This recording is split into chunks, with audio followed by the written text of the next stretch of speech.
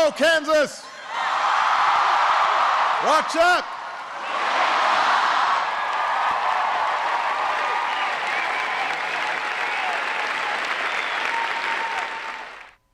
Good evening and welcome to the KUJH Presidential Special. I'm Sierra Upton.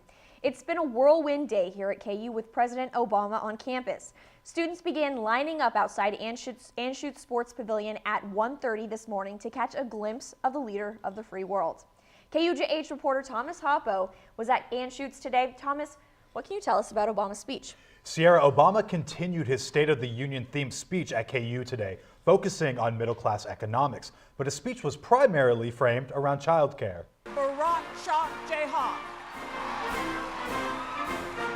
He felt at home. I've got deep roots in Kansas. And continues the theme from the State of the Union speech. Middle-class economics works.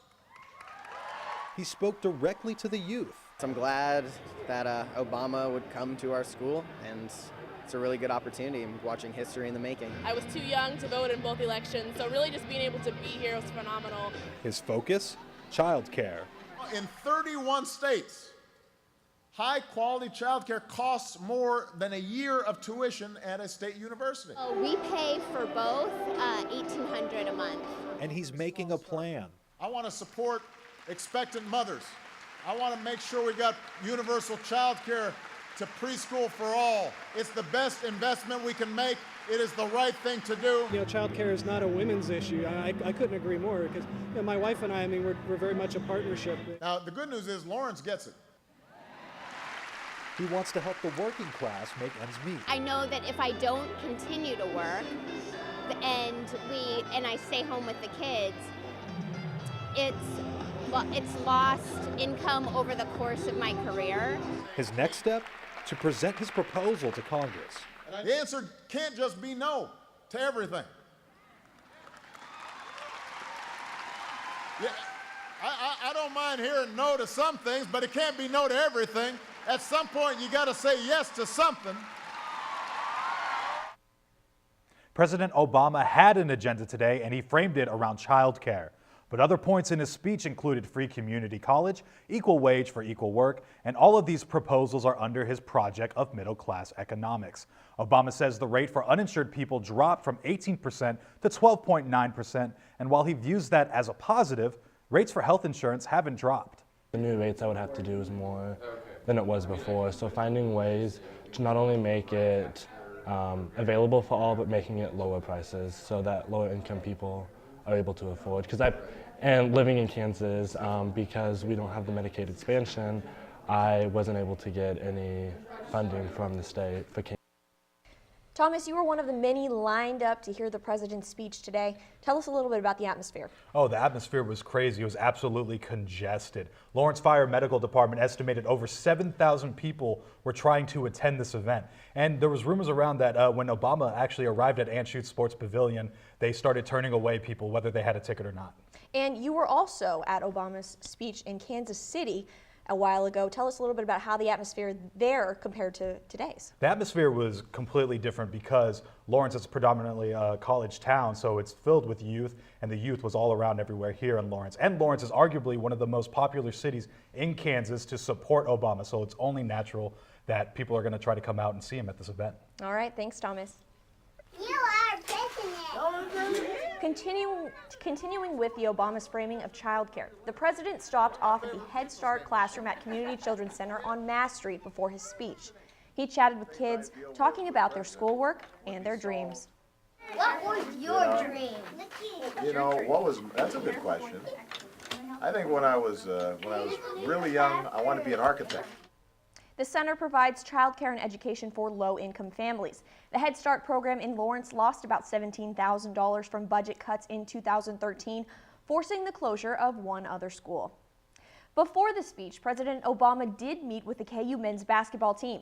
Some of the players even tweeted about it. Wayne Selden tweeted out a photo of the jersey they presented to him. He said, "It was an honor meeting President Barack Obama this morning and listening to him speak. He's the real number one." Landon Lucas tweeted out, "Man, it was awesome meeting Obama this morning. Real cool guy. Hope to be chilling with him again this spring after a national championship."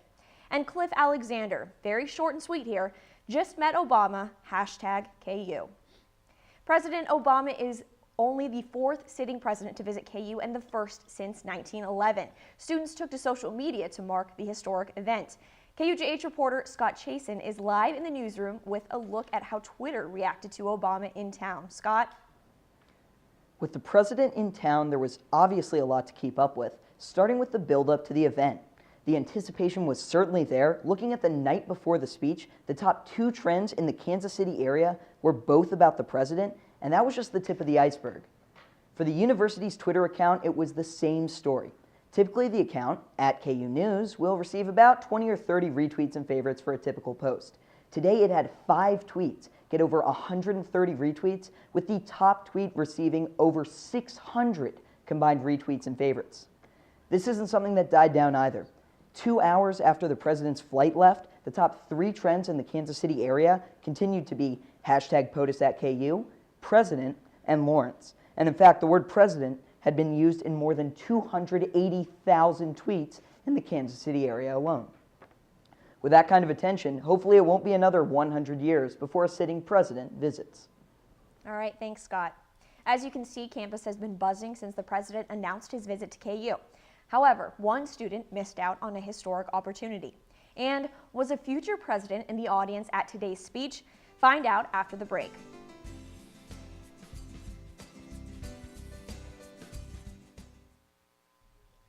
It wasn't all Obama supporters today on campus. Several groups showed up to spread their message.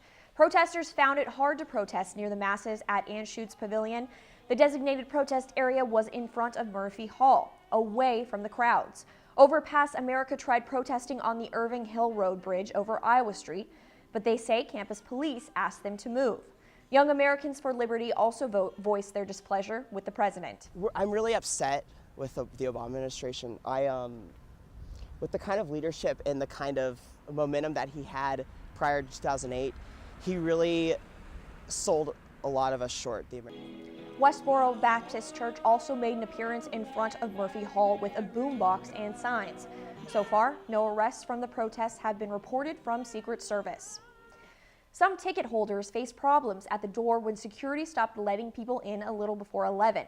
After President Obama arrived at the Anschutz Pavilion, security wouldn't let anyone else in, regardless of if they had a ticket or not. Without warning, people were turned away. Sherry Hobbs Ford waited for 3 hours at the Douglas County Fairgrounds for a ticket and was upset when she couldn't get in. I'm more sad now than I am. I was angry earlier, but yeah, I'm sad. I'm just kind of let down by them. No estimates were given on how many were turned away. Obama's visit turned from excitement to disappointment for one KU student. After being one of 200 students picked to be on stage with the president, a professor emailed her saying security flagged her and she wouldn't be able to go. The student didn't want to use her name, but she's a freshman political science major. She believes a charge of possession of marijuana from last fall could be the reason, but the student claims she was put on diversion so it would be expunged from her record. And it's disappointing that I don't get to. I texted all my family and got excited and tweeted about it, but now that I don't get to, it's definitely disappointing.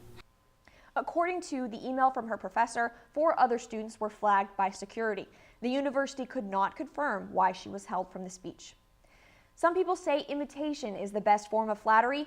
Today, one KU student had the opportunity to pick up a pointer from the president. Josh Kurlak is live in the newsroom with more on his story. Josh?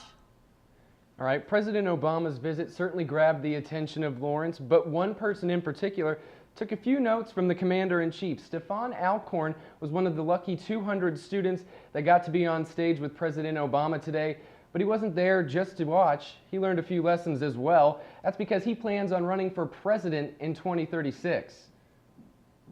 I read a book in the 3rd grade about President John F. Kennedy. And at the time I was like 8 years old, and that definitely, reading that book and just hearing about Kennedy's presidency and the type of leader he was inspired me to want to run for president in 2036. Alcorn's goal was to meet the president and maybe even get a handshake. He didn't get close enough on stage, but said he did get a point back from Obama. Still a dream come true for that future politician. Live in the newsroom, Josh Kurlak, KUJH News. Thanks, Josh. We look forward to having a KU grad in the White House. And finally tonight, President Obama used the softball locker room as a green room before today's speech. He left the team a note on their whiteboard. It reads, "Thanks and good luck, Jayhawks," and signed his name on it. They probably won't be erasing that from their board anytime soon. A few of the players even left him notes to sign. Morgan Bohannon asked the president for a motivational quote. His response, "Dream big," signed Barack Obama. It's been a historic day for KU and the state of Kansas. Thanks for tuning in to KUJH's Presidential Special. For all of us here at KUJH, I'm Sierra Upton. Have a good night.